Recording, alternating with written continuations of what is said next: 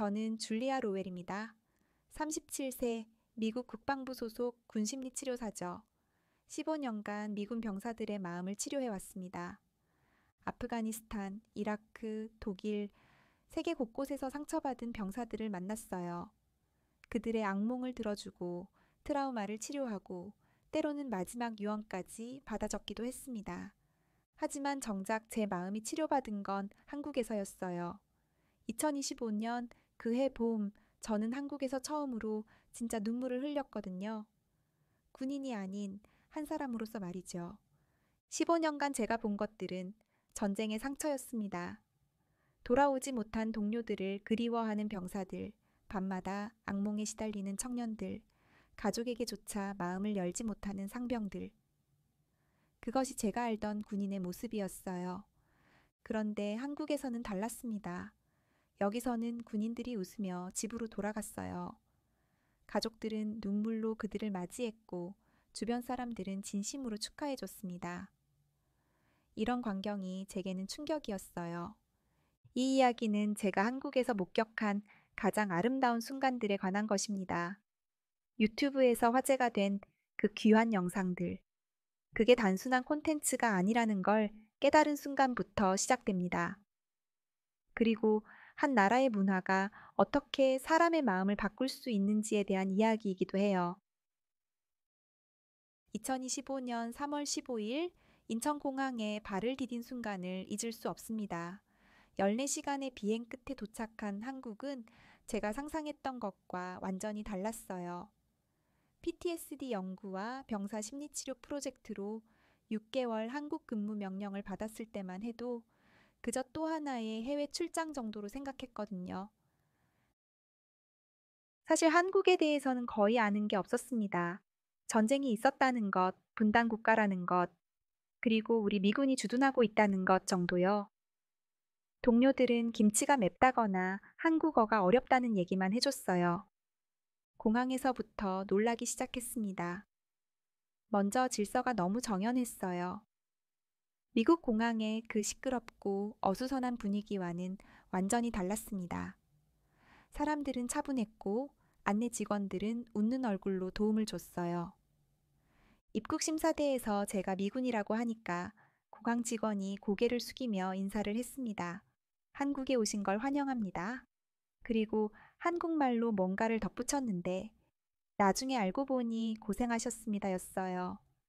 그 순간 묘한 감정이 들었어요. 미국에서는 군인이라고 해도 이런 대접을 받지는 않았거든요. 공항에서 기지로 가는 택시 안에서 창밖을 보니 한국은 생각보다 현대적이었습니다. 고층 빌딩들이 즐비하고 도로도 잘 정비되어 있었어요. 택시기사 아저씨는 영어를 잘 못하셨지만 계속 친절하게 웃어주셨어요. 그리고 기지 앞에 도착했을 때는 차에서 내려서 제 가방까지 들어주셨습니다. 고맙습니다. 한국에서 좋은 시간 보내세요. 그 아저씨의 마지막 인사가 마음에 남았어요. 그냥 의례적인 인사가 아니라 정말 제가 한국에서 좋은 시간을 보내길 바라는 마음이 느껴졌거든요. 기지에 도착해서 만난 첫 한국군 장교가 김중희였습니다. 28살 정도로 보이는 그는 완벽한 영어로 저를 맞이했어요. 하지만 그게 놀라운 건 아니었습니다. 놀라운 건 그의 태도였어요. 로웰 선생님, 한국에 오신 걸 진심으로 환영합니다. 저희가 많이 배울 수 있을 것 같아요. 미군 기지에서 일하는 현지 장교들은 보통 조금 위축되어 있거나 반대로 지나치게 공손한 경우가 많았어요. 그런데 김중희는 달랐습니다. 자연스럽고 당당했으면서도 따뜻했어요. 기지를 안내받으면서 김중희와 대화를 나눴는데 그는 제가 왜 한국에 왔는지, 어떤 일을 하게 될지 진심으로 관심을 가져주었습니다. 그리고 한국 병사들에 대한 이야기를 할 때는 눈빛이 달랐어요. 저희 병사들은 정말 순수합니다. 힘들어도 불평하지 않고 서로를 잘 챙겨줘요. 선생님이 많이 도와주셨으면 해요. 그의 목소리에는 진심 어린 걱정이 담겨 있었습니다. 통계나 보고서상의 수치가 아니라 정말 한 명 한 명을 걱정하는 마음이 느껴졌어요. 첫 회의실에 들어갔을 때의 장면도 잊을 수 없습니다. 한국군 간부들 5명이 앉아 있었는데 모두 일어나서 정중하게 인사를 했어요. 그리고 자리에 앉아서 병사들의 심리 상태에 대해 이야기를 나눴는데 그들의 표정을 보고 놀랐습니다. 요즘 신병들이 적응을 좀 힘들어해요. 저녁을 앞둔 병사들이 고향에 대한 그리움을 많이 표현하고 있어요. 가족과 떨어져 있는 스트레스를 호소하는 경우가 있습니다. 이런 말들을 할 때마다 그들의 얼굴에는 진심 어린 걱정이 스으며 있었어요. 마치 자신의 동생이나 아들 이야기를 하는 것 같았습니다. 회의가 끝나고 나서 한 대령이 저에게 말했어요. 선생님, 저희 병사들은 특별합니다. 그들은 나라를 위해서가 아니라 가족을 위해서 군복무를 해요. 그래서 더 소중하게 돌봐줘야 한다고 생각합니다. 그 말이 계속 머릿속에 맴돌았어요. 가족을 위해서 군복무를 한다는 게 무슨 의미일까? 숙소에 돌아와서 창문을 열고 바깥을 내다봤습니다. 한국 병사들이 저녁 점호를 하고 있었어요. 그들의 목소리가 들려왔는데 미군 병사들의 그것과는 뭔가 달랐습니다. 더 따뜻하고 더 인간적이었어요. 오늘 하루도 고생했습니다. 내일도 힘내겠습니다. 단순한 복명복창이 아니라 서로에 대한 격려 같았어요. 그리고 점호가 끝나고 나서 병사들이 서로 어깨를 두드리며 이야기하는 모습을 봤습니다. 동료라는 느낌이 강했어요. 그날 밤 침대에 누워서 생각했습니다.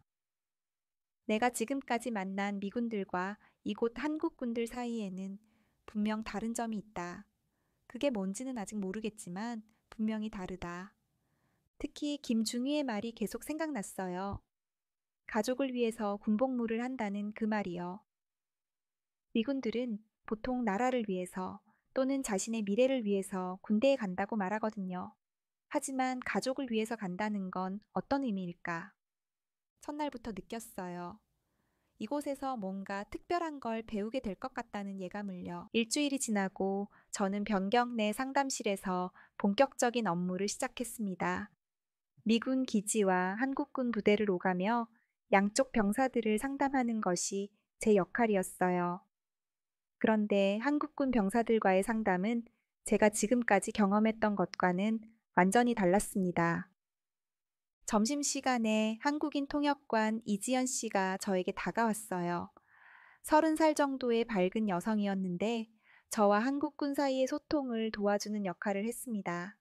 선생님, 혹시 시간 있으시면 재미있는 거 하나 보여드릴게요. 그녀가 휴대폰을 꺼내서 유튜브를 켰습니다. 화면에는 한국 군인 전역 후 가족과의 감동 재회 같은 제목의 영상들이 쭉 나열되어 있었어요. 이런 영상들이 요즘 한국에서 아주 인기예요. 한번 보세요. 처음 본 영상은 공항에서 찍힌 것 같았습니다. 군복을 입은 젊은 병사가 게이트에서 나오는데 저 멀리서 할머니 한 분이 손을 흔들고 계셨어요. 병사가 할머니를 발견하고 뛰어가자 할머니는 그 자리에 주저앉으며 울기 시작했습니다. 할머니, 손자 왔어요. 그 병사의 목소리가 영상을 통해 들려왔는데 저도 모르게 가슴이 먹먹해졌어요. 할머니는 손자의 얼굴을 이리저리 만져보며 살이 빠졌네, 고생했구나 하며 계속 울고 계셨습니다. 이건 연출이에요? 제가 물었더니 이지연 씨가 고개를 저었습니다. 아니에요. 다 진짜예요. 한국에서는 이런 일이 매일 일어나거든요. 다음 영상은 집 앞에서 찍힌 것 같았어요. 아버지가 아들을 기다리고 있다가 택시에서 내리는 아들을 보고 얼굴을 돌려버리는 장면이었습니다. 남자가 울면서 맞이하기 부끄러워하는 모습이었어요. 하지만 결국 참지 못하고 아들을 끌어안으며 고생했다, 고생했어 하며 우는 모습이 담겨 있었습니다.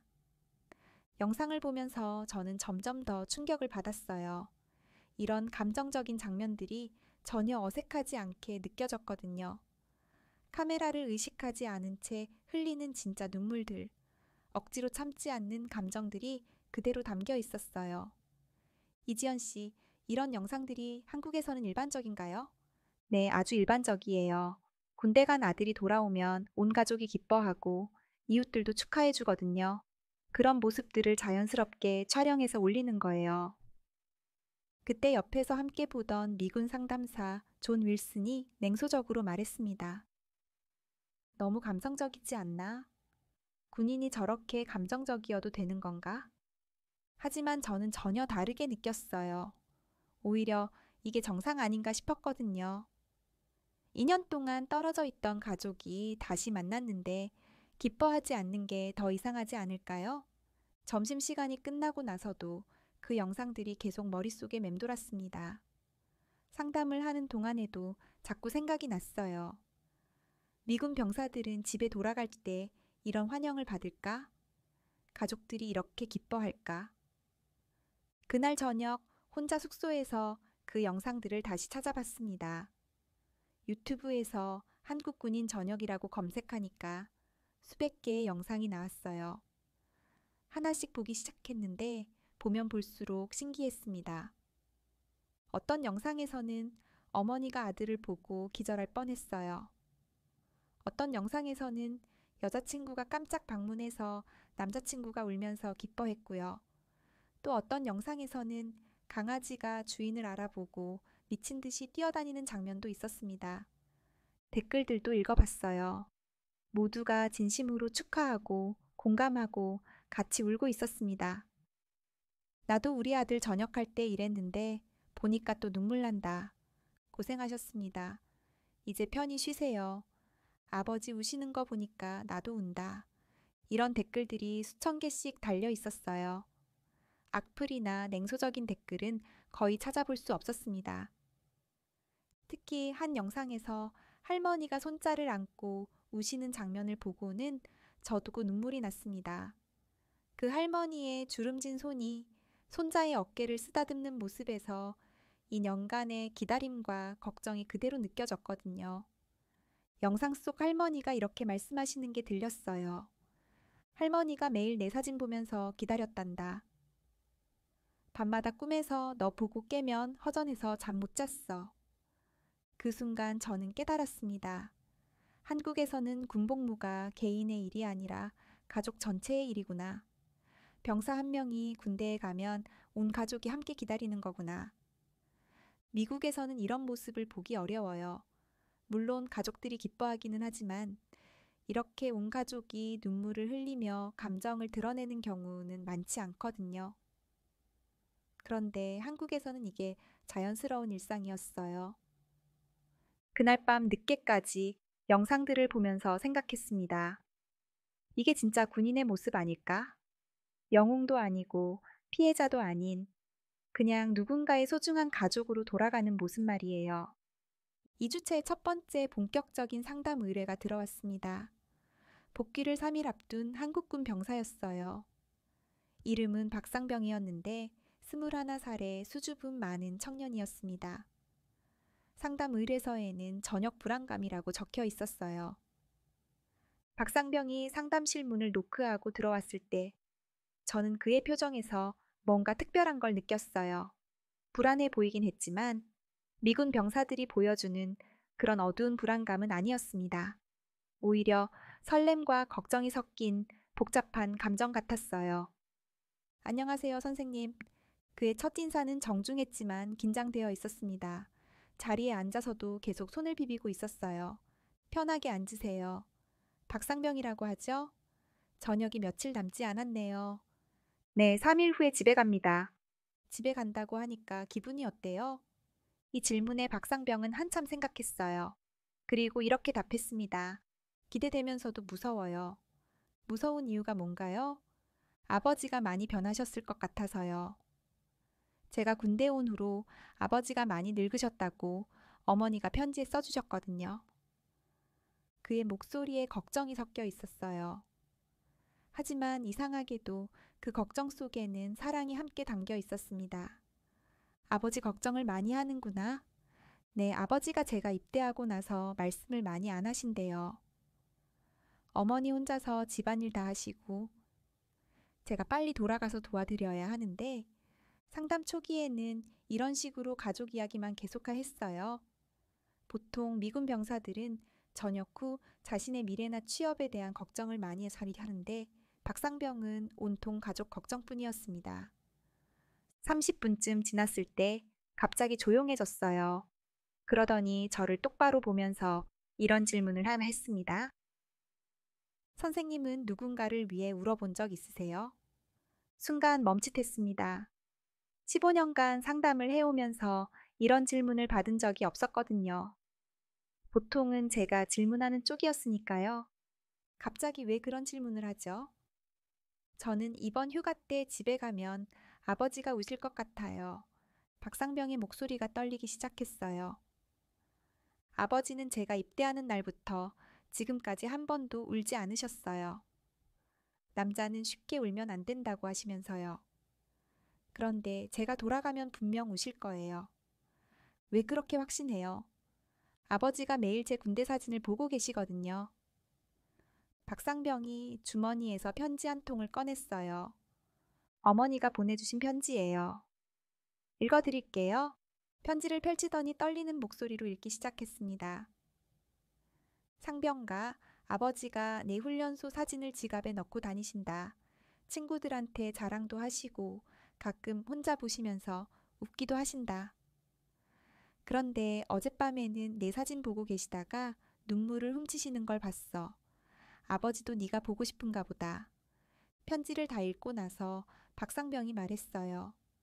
선생님, 저는 아버지가 우시는 걸 한 번도 본 적이 없어요.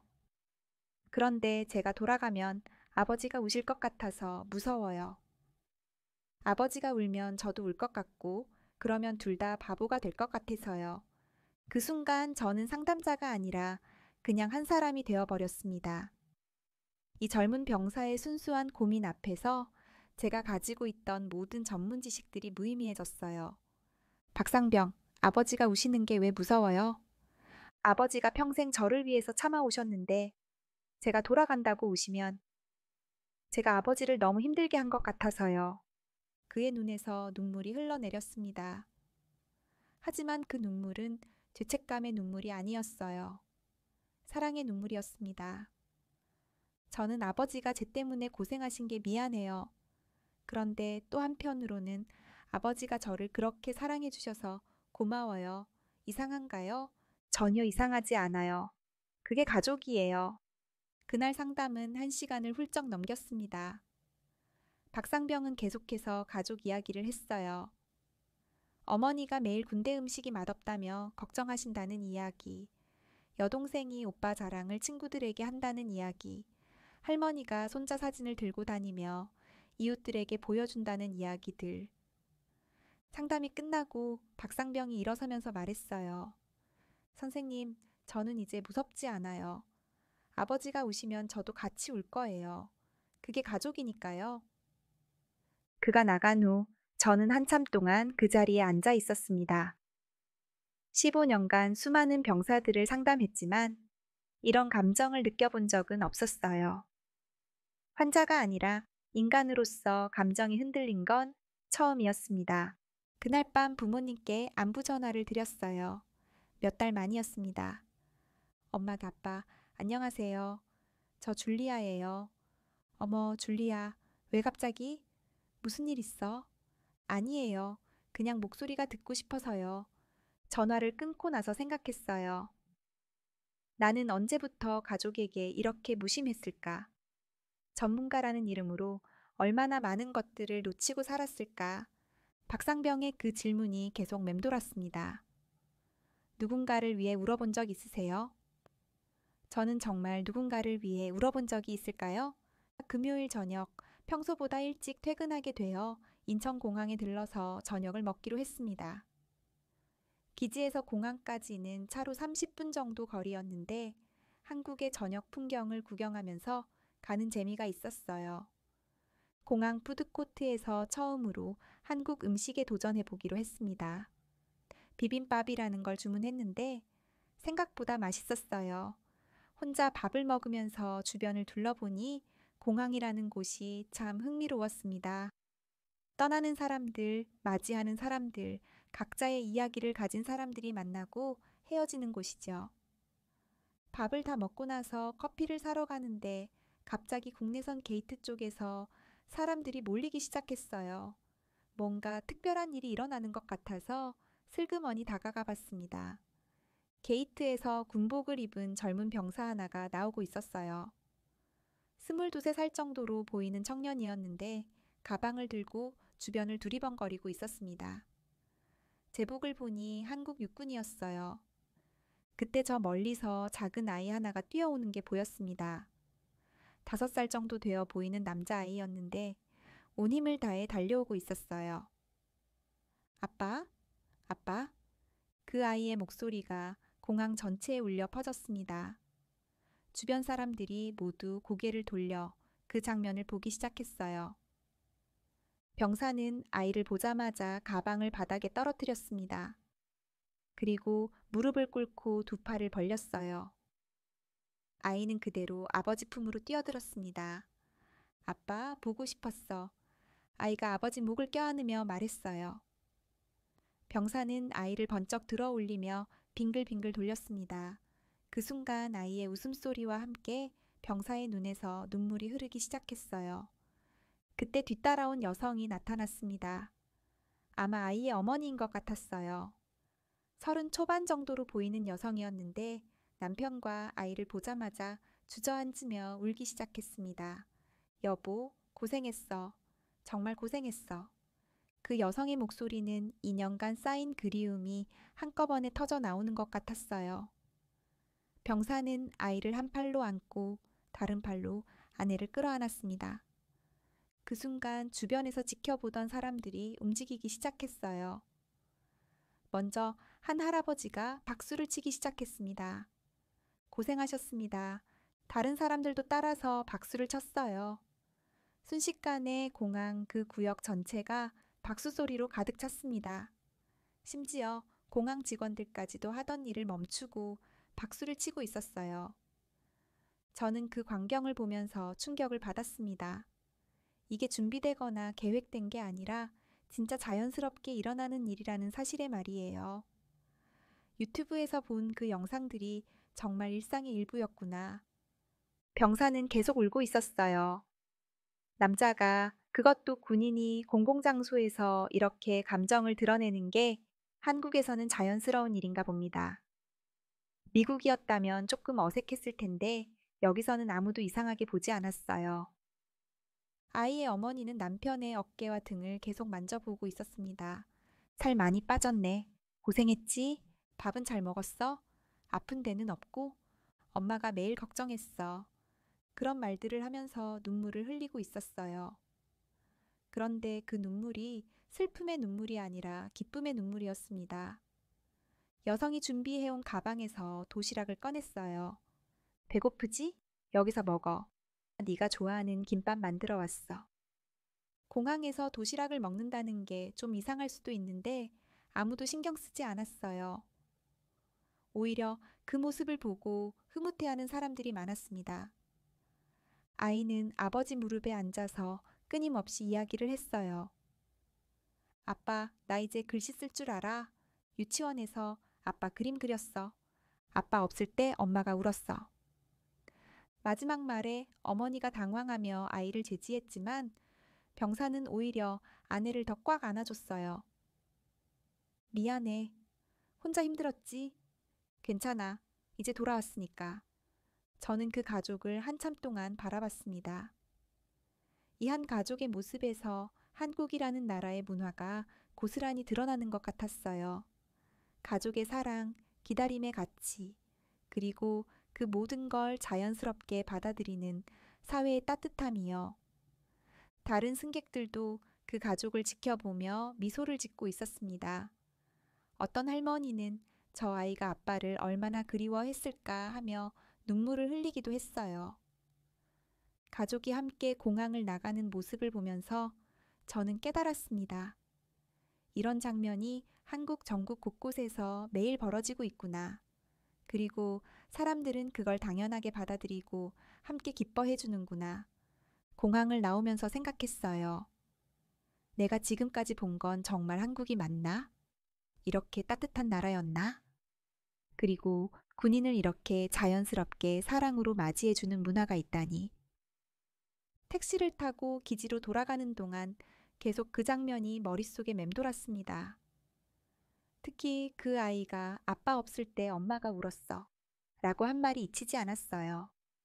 군복무가 개인의 일이 아니라 온 가족이 함께 겪는 일이구나. 한 달이 지났을 때쯤 저는 처음으로 본국에 있는 아버지에게 긴 편지를 썼습니다. 아버지는 전 미 해병대 출신이셨거든요. 베트남 전쟁에도 참전하셨고 전역 후에는 제향군인회 활동도 하셨어요. 그런 아버지가 한국의 이런 문화를 어떻게 생각하실지 궁금했습니다. 편지에는 제가 한국에서 경험한 모든 것들을 적었어요. 박상병의 이야기, 공항에서 본 가족의 재회, 그리고 한국 군인들의 귀환 영상들, 특히 영상 몇 개의 링크를 첨부해서 보내면서 이게 정말 일상이라고, 연출이 아니라고 자세히 설명했습니다. 그리고 마지막에 이렇게 썼어요. 아버지, 저는 한국에서 군인의 새로운 모습을 보고 있습니다. 이들은 영웅도 아니고 피해자도 아닌 그냥 사랑받는 가족으로 돌아갑니다. 아버지는 어떻게 생각하세요? 편지를 보내고 일주일을 기다렸어요. 아버지는 평소에 이메일을 잘 안 쓰시는 분이라서 답장이 올지 확신할 수 없었거든요. 그런데 정확히 일주일 후 아버지의 답장이 왔습니다. 생각보다 긴 편지였어요. 아버지가 이렇게 긴 글을 쓰신 걸 본 적이 거의 없었습니다. 편지는 이렇게 시작했어요. 줄리아야, 네가 보내준 영상들을 몇 번이고 봤다. 처음에는 그냥 감동적인 영상 정도로 생각했는데 네 설명을 읽고 나니 다르게 보이더구나. 아버지는 계속해서 이렇게 썼습니다. 우린 전쟁은 이겼지만 마음은 졌구나. 그 한 줄에 모든 게 담겨 있었어요. 아버지 세대 미군들의 복잡한 심정이 말이죠.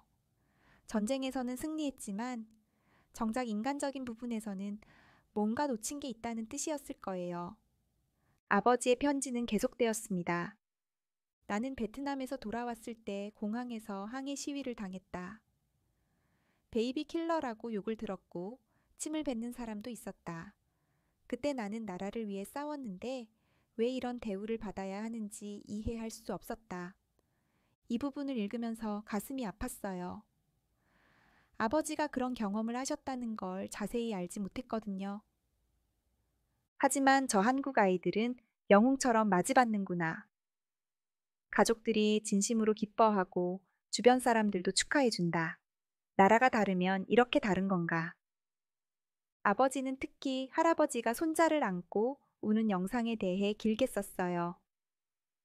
그 할아버지의 눈물을 보면서 많은 생각이 들었다. 나도 네가 아프가니스탄에서 돌아올 때 울고 싶었는데 참았다. 군인은 강해야 한다고 생각했으니까. 그런데 저 할아버지는 자연스럽게 울고 있더구나. 그게 더 정상적인 게 아닐까? 편지의 마지막 부분이 가장 인상적이었어요. 줄리아야, 나는 평생 전쟁이 끝나면 모든 게 끝나는 줄 알았다. 그런데 그게 아니더구나. 전쟁은 끝나지만 상처는 계속 남는다. 하지만 저 한국 아이들은 상처가 아니라 사랑으로 돌아가는 것 같다. 그게 차이인 것 같다. 편지를 다 읽고 나서 한참을 울었습니다. 아버지의 진솔한 마음이 느껴졌거든요. 그리고 한국의 문화가 단순히 감동적인 게 아니라 정말 중요한 의미를 가지고 있다는 걸 확신했어요. 그날 밤 아버지와 화상 통화를 했습니다. 몇 년 만이었어요. 아버지는 여전히 건강해 보이셨지만 조금 더 연약해 보이기도 했습니다. 아빠, 편지 잘 받았어요. 그래, 너 덕분에 좋은 것들을 많이 봤다. 아버지는 그 영상들을 몇 번이고 돌려보셨다고 하더군요. 특히 아버지가 아들을 끌어안고 우는 장면에서 많이 울었다고 하셨어요. 나도 네가 처음 출장 갔을 때 울었는데 그때는 아무한테도 말하지 않았다. 남자가 울면 안 된다고 생각했으니까. 아빠, 우는 게 나쁜 게 아니에요. 그래, 이제야 알겠다. 저 한국 사람들이 하는 게 맞는 것 같다. 대화를 나누면서 저는 깨달았어요. 한국의 문화가 특별한 게 아니라 오히려 이게 정상적인 거구나. 가족이 만나면 기뻐하고, 그리워하면 울고, 사랑한다면 표현하는 게 당연한 거구나. 아버지가 마지막에 이렇게 말씀하셨어요. 줄리아야, 네가 거기서 뭔가 중요한 걸 배우고 있는 것 같다. 그거를 잘 간직해라. 그리고 나중에 우리나라에도 그런 문화가 생기도록 도와줘. 통화를 끊고 나서 생각했어요.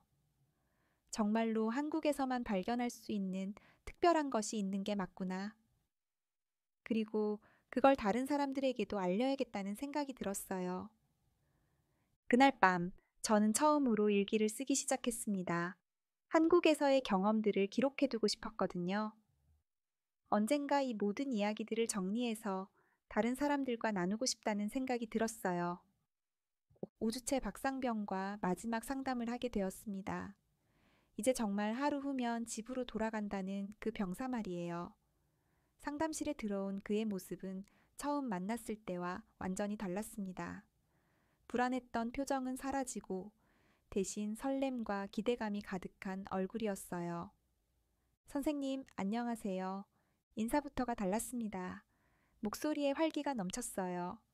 박상병, 오늘 마지막이네요. 기분이 어때요? 정말 좋아요. 어젯밤에 거의 잠을 못 잤어요. 너무 기대돼서요. 그는 앉자마자 이야기를 쏟아내기 시작했어요. 어제 어머니한테 전화드렸는데 아버지가 제가 좋아하는 음식들을 다 준비해 놓으셨대요. 김치찌개, 된장찌개, 불고기, 그리고 할머니가 직접 만드신 김치도 가져오셨다고 해요. 가족들이 많이 기다리고 계시는군요. 네, 그런데 선생님, 제가 지난번에 무서웠다고 했었잖아요. 아버지가 우실까 봐서요. 이제는 전혀 무섭지 않아요.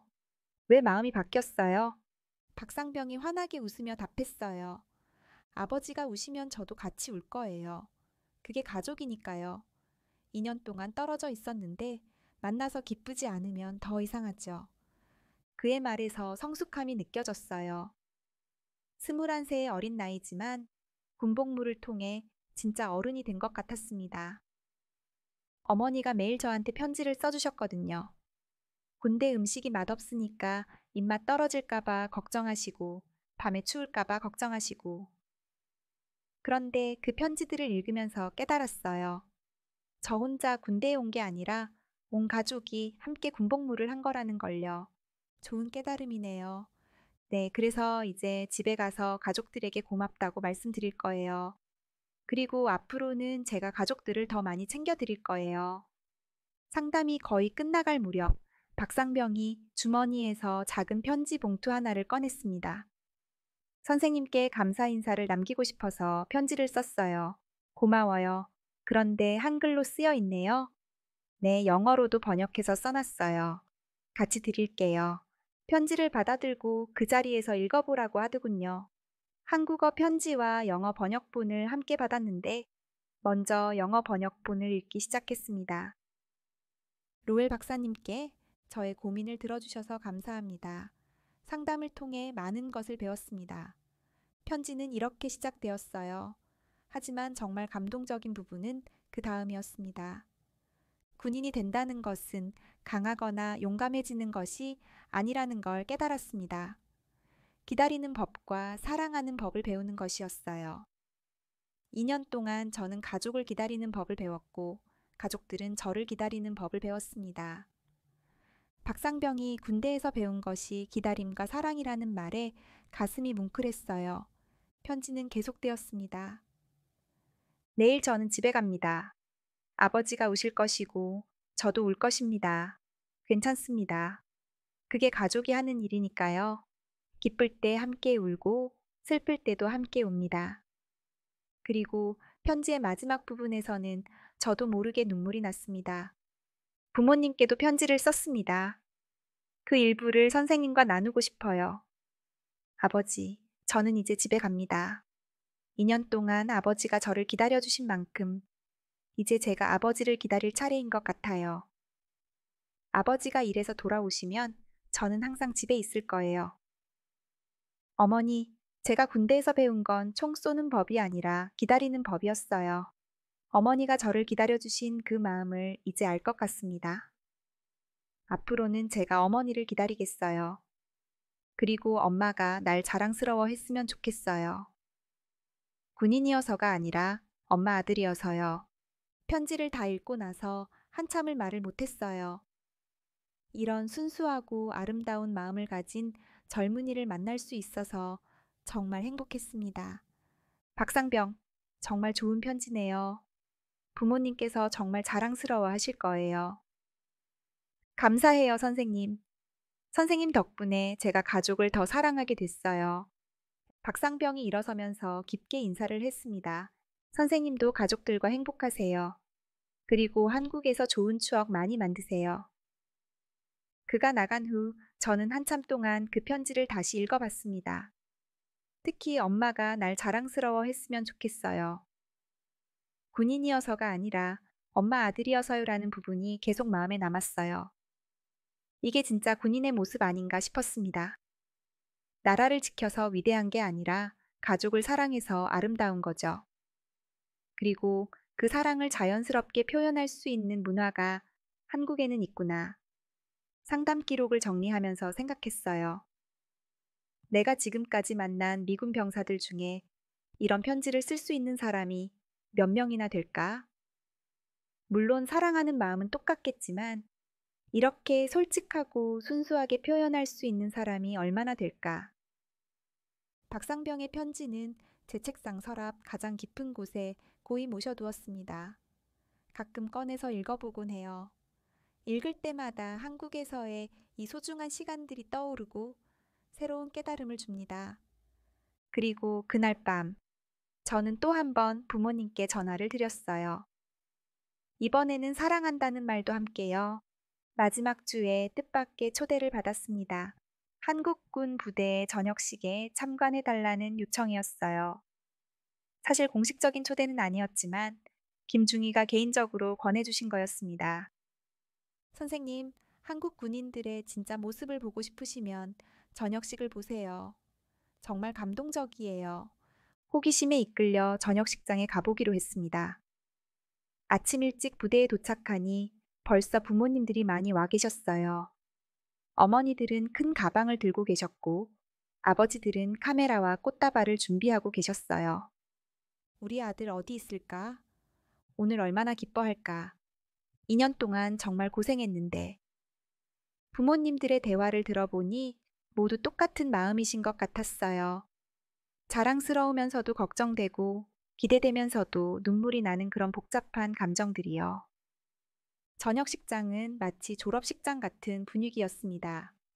무대에는 태극기와 부대기가 걸려 있었고 객석에는 가족들이 가득 앉아 있었어요. 그런데 일반적인 군사 행사와는 달리 따뜻한 분위기였습니다. 식이 시작되고 저녁 대상자들이 입장했을 때 부모님들의 표정을 봤어요. 자랑스러움과 안도감이 섞인 표정들이었죠. 아, 우리 아이가 정말 다 컸구나 하는 그런 눈빛들이요. 부대장의 치사가 있었는데 내용이 인상적이었어요. 여러분들은 이제 군인이 아닙니다. 다시 누군가의 아들이고 누군가의 형이고 누군가의 남자친구가 되어 집으로 돌아갑니다. 그 역할을 충실히 해주시기 바랍니다. 군인에서 가족으로 돌아간다는 표현이 인상 깊었어요. 미국에서라면 이제 사회인이 되어 나라에 기여하라는 식으로 말했을 텐데 여기서는 가족으로의 복귀를 강조하고 있었어요. 식이 끝나고 군복을 벗고 사복으로 갈아입은 병사들이 다시 나왔을 때가 정말 감동적이었습니다. 그들은 서로를 끌어안으며 인사를 나눴어요. 야, 고생했다. 너도 고생했어. 연락하자. 가족들한테 잘하자. 단순한 작별 인사가 아니라 2년간 함께 버텨온 동료들과의 진심 어린 이별이었어요. 어떤 병사들은 울기도 했고 어떤 병사들은 웃으면서도 아쉬워했습니다. 그런데 정말 놀라운 건 그 다음이었습니다. 갑자기 부대 정문 쪽에서 트럭 한 대가 들어왔어요. 그리고 그 트럭에서 김이 모락모락 나는 커다란 솥이 내려졌습니다. 어머니들이 준비하신 국밥이에요. 김중희가 설명해 주었어요. 부모님들이 몰래 준비한 국밥차였던 거예요. 따뜻한 국밥을 나눠주시면서 고생했다. 이제 편히 쉬어라 라고 하시는 거였죠. 그 순간 병사들이 울기 시작했어요. 갓 전역한 어른들이 국밥 한 그릇에 눈물을 흘리는 거예요. 부모님들도 덩달아 우시고 주변에 있던 저도 모르게 눈물이 났습니다. 엄마, 국밥 너무 맛있어요. 많이 먹어라, 많이 먹어. 아버지, 저 이제 집에서 도와드릴게요. 그래, 고생했다. 한 어머니가 아들에게 말씀하시는 걸 들었어요. 이제 내 인생이야. 군대는 끝났으니까 하고 싶은 거 다 해. 하지만 가끔은 집에도 와. 그 말을 듣는 아들의 표정이 정말 행복해 보였어요. 엄마, 저 이제 매일 집에 있을 거예요. 그리고 엄마 아빠한테 효도할 거예요. 다른 가족의 대화도 들려왔어요. 아들아, 군대에서 제일 힘든 게 뭐였어? 엄마 보고 싶은 거요. 그랬구나. 엄마도 네가 보고 싶어서 매일 울었어. 이런 대화들을 들으면서 저는 깨달았어요. 한국에서는 군복무가 끝나는 게 단순히 의무의 완수가 아니라 어른이 되는 통과 일회 같은 거구나. 그리고 그 의식을 가족이 함께 치러주는 거구나. 국밥을 다 먹고 나서도 가족들은 쉽게 헤어지지 않았어요. 사진도 찍고 이야기도 나누고 그동안 못다한 말들을 주고받았습니다. 어떤 할아버지는 손자에게 이렇게 말씀하셨어요. 할아버지가 네가 군대 가는 날부터 매일 달력에 표시했다. 오늘로 딱 734일이야. 할아버지가 하루도 빠지지 않고 셌어. 그 말을 들은 손자가 할아버지를 꽉 안아들이며 울었어요. 저녁식이 끝나고 나서도 한참 동안 그 자리에 있었습니다. 가족들이 하나둘 떠나가는 모습을 지켜보면서 생각했어요. 이게 진짜 한국이구나. 군인을 진심으로 위로하고 사랑으로 품어주는 나라구나. 특히 그 국밥의 의미가 크게 느껴졌어요. 단순한 음식이 아니라 이 년간의 기다림과 사랑이 담긴 어머니들의 마음이었거든요. 그리고 그 마음을 받아먹으며 우는 아들들의 모습에서 한국 가족 문화의 진수를 본 것 같았어요. 김중희가 저에게 물었어요. 어떠세요? 한국의 저녁식이요. 정말 아름다워요. 이런 문화가 있다는 게 부러워요. 저희도 당연하게 생각했는데 선생님이 보시니까 특별한가 보네요. 네, 정말 특별해요. 군인을 사람으로 돌려보내는 문화예요. 그날 밤, 저는 또 다시 일기를 썼습니다. 저녁식에서 본 모든 장면들, 들은 모든 대화들을 기록해두고 싶었거든요. 언젠가 이 이야기를 미국에 돌아가서 많은 사람들에게 들려주고 싶다는 생각이 들었어요. 6개월의 한국 근무를 마치고 드디어 미국으로 돌아가는 날이 되었습니다. 인천공항에서 김중희와 이지연 씨가 배웅을 나와주셨어요. 짧은 기간이었지만 정말 많은 걸 배웠고 많은 걸 느꼈던 시간이었습니다. 선생님, 한국에서의 시간이 어떠셨어요? 김중희가 물었어요. 제 인생에서 가장 소중한 시간이었어요. 한국에서 진짜 사람다움이 뭔지 배웠습니다. 저희도 선생님께 많이 배웠어요. 앞으로도 연락하세요. 비행기에 오르면서 창밖으로 한국 땅을 내려다봤습니다. 이 작은 나라에서 제가 얼마나 많은 걸 배웠는지, 얼마나 많이 변했는지 생각하니 감개무량했어요. 워싱턴 DC에 도착해서 국방부 사무실로 복귀했을 때 동료들이 반갑게 맞아주었습니다. 하지만 뭔가 다른 느낌이었어요. 6개월 전에 제가 아니었거든요. 공식 보고서를 써야 했지만 저는 다른 일부터 시작했어요. 한국에서 찍은 사진들과 영상들, 그리고 제가 기록해둔 일기들을 정리해서 개인 다큐멘터리를 만들기로 한 거죠. 주말마다 시간을 내서 편집 작업을 했습니다. 제목은 이건 국가가 아닌 사람의 이야기로 정했어요. 한국에서 경험한 모든 감동적인 순간들을 담고 싶었거든요. 다큐멘터리에는 제가 목격한 모든 순간들이 담겨 있었어요. 공항에서의 포옹 장면, 저녁식의 국밥차 장면, 박상병이 써준 편지 내용들, 그리고 제가 느낀 솔직한 감정들도 모두 담았습니다. 특히 한국 군인들의 귀환 영상들을 분석한 부분도 넣었어요. 이런 영상들이 왜 한국에서만 가능한지, 어떤 문화적 배경이 있는지에 대한 설명도 포함했습니다. 3개월에 걸쳐 완성한 다큐멘터리를 먼저 동료들에게 보여줬는데 반응이 다양했어요.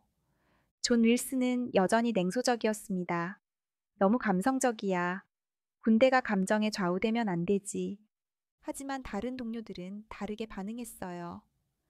줄리아, 이런 문화가 정말 부러워. 우리도 이렇게 할 수 있을까?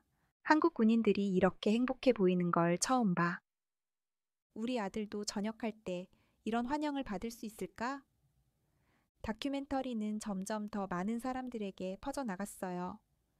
부서 내에서 화제가 되었고, 나중에는 국방부 고위 관계자들도 보게 됐죠. 한 준장이 저를 개인적으로 불렀어요. 로엘 박사, 이 다큐멘터리를 보고 많은 생각을 했습니다. 우리가 놓치고 있는 게 뭘까요? 인간다움입니다. 우리는 병사들을 전사로만 봤지, 누군가의 아들이나 형제로는 보지 않았어요. 그럼 우리도 바꿀 수 있을까요? 시간이 걸리겠지만 가능하다고 생각해요. 중요한 건 시작하는 거예요. 몇 달 후 국방부에서 새로운 정책이 발표되었어요. 전역하는 병사들을 위한 가족 초청 행사를 시범적으로 실시한다는 내용이었습니다.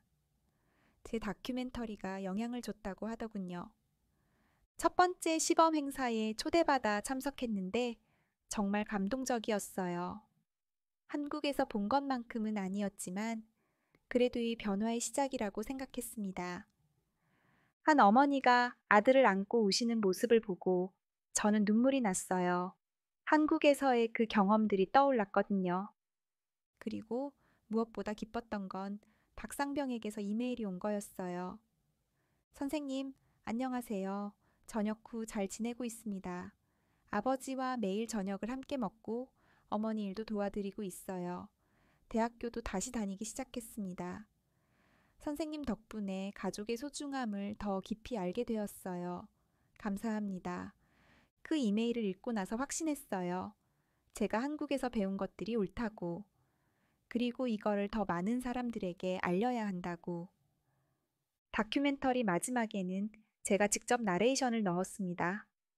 나는 한국에서 15년 만에 처음으로 진짜 눈물을 흘렸다. 그것은 슬픔의 눈물이 아니라 감동의 눈물이었다. 한국 사람들은 군인을 영웅으로 만들지 않는다. 대신 사람으로 돌려보낸다. 그들은 군복무를 개인의 희생이 아니라 가족의 기다림으로 여긴다. 그래서 돌아올 때도 영웅의 귀환이 아니라 가족의 재회가 된다. 나는 한국에서 인간을 배웠다. 감정을 숨기지 않는 것, 사랑을 표현하는 것, 기다림의 가치를 아는 것. 이 모든 것들이 진짜 군인다움이고 진짜 사람다움이라는 걸 배웠다. 지금도 가끔 한국 군인들의 귀환 영상을 찾아봅니다. 볼 때마다 그때의 감동이 되살아나요. 그리고 생각해요. 언젠가 미국도, 아니 전 세계가 저런 문화를 가질 수 있을까? 박상병에게서 받은 편지는 아직도 제 책상 서랍에 있습니다. 힘들 때마다 꺼내서 읽어봐요. 그러면 다시 한국의 그 따뜻한 순간들이 떠오르거든요. 그리고 가끔은 한국어도 공부하고 있어요. 언젠가 다시 한국에 가서 더 많은 사람들과 직접 이야기를 나누고 싶거든요. 나는 한국에서 울었다. 그리고 그 눈물은 내 인생에서 가장 아름다운 눈물이었다. 그 눈물이 저를 더 나은 사람으로, 더 나은 상담사로 만들어 주었어요. 한국에서 배운 가장 중요한 것은 이거였어요.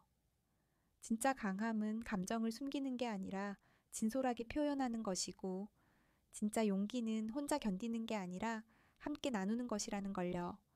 여러분이 경험한 따뜻한 순간들, 가족과의 소중한 기억들도 댓글로 나눠주세요. 그런 이야기들이 모여서 더 따뜻한 세상을 만들 수 있을 거예요.